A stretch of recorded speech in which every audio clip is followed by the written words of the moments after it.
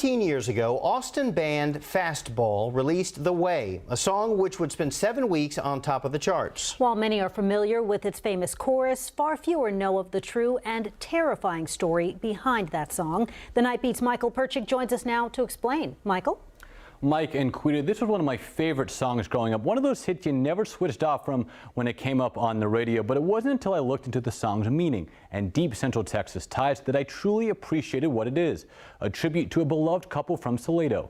This is the story of The Way.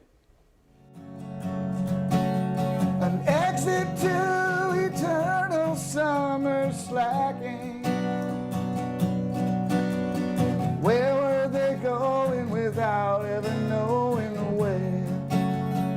It's a summer tradition, one that takes greater meanings in cities like Salado and Belton.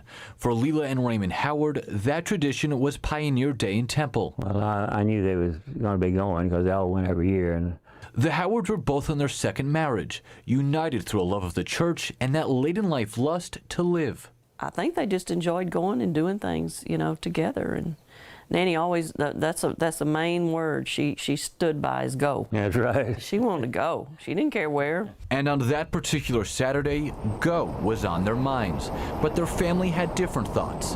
Mr. Howard recently had brain surgery, and Mrs. Howard was showing signs of memory loss. She'd leave something on the stove, and we'd be fixing her hair, and I'd say, I got to go check on whatever she had. She said, I don't know what you're talking about. Still, that didn't derail their vigor for all things go, and to go on their own. I said, you want me to go with you and drive the car? Oh, no, we'll be fine. I said, don't worry about us.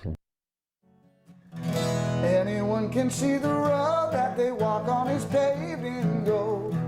It's always summer, they'll never get cold, never get hungry, never get old and gray.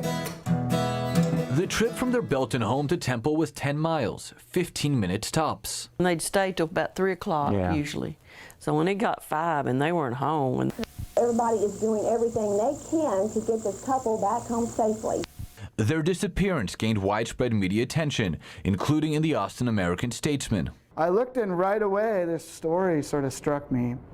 And it was sort of an ongoing story, like still no developments in the case of the missing couple. Tony Scalzo's the lead singer of the band Fastball.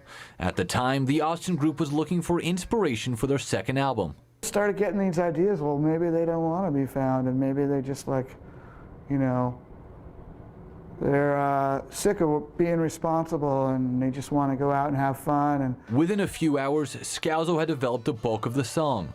All as authorities were still searching high and low for the Howards. But they got pulled over one time by a cop, and he questioned them a little bit and then let them go. An officer in Arkansas, hundreds of miles from Salado, had stopped them for driving without their lights on. The cop flicked them on for the couple, then let them go. we can't figure out how they got through Dallas. I haven't figured it out yet. At the time, the officer didn't know they were missing. It did, however, narrow the search area. Finally, on day 13, a pair of teenagers walking past a ravine noticed something and told their parents. When cops checked the area, they found the Oldsmobile the Howards were driving in at the bottom of a 25-foot cliff near Hot Springs, Arkansas. It was a relief because a lot of families don't have that closure, and that must be very hard.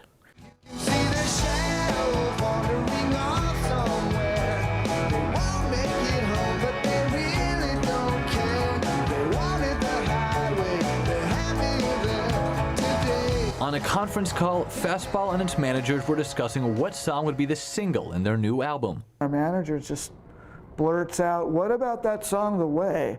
Why don't you just go ahead and try that?" The song was sent to radio stations, where it quickly gained traction, eventually catching the attention of Hal Copeland. Oh, that sounds like Mama and Mr. Howard's, the way they done. You know, I could tell by the way it sounded, you know. A few days later, Hal's beliefs were confirmed. What had quickly become the #1 song in the country was a living tribute to his mother. I liked it real good. I liked the song real well, too. Yeah, I was just blown away. I just couldn't believe somebody would do something like that for my grandma. The album ended up going platinum and made the band a worldwide sensation. And 19 years later, the song is still on the airwaves. No one else has a story like that. You know, there are other stories, but, you know, It's not this story. Those lyrics still mean everything to a family who remembers the people behind the music. They left before the sun came up that day. They just drove off and left it all behind them. But where were they going without ever knowing the way? A couple of postscripts to that piece. Hal Copeland still lives next door to the Howards' old home in Salado. As for Scalzo, he's still the lead singer of Fastball. They're now on a national tour promoting their newest album, Step Into Light. I'm about to start a Facebook Live to answer any questions you might have, so make sure to join us there. Mike and Guida. Wow, Mike, thank you. It's incredible hearing the history behind what so many people know. I mean, Fascinating one of their favorite story. songs. Had no idea that it had such history on it. Yeah, for sure.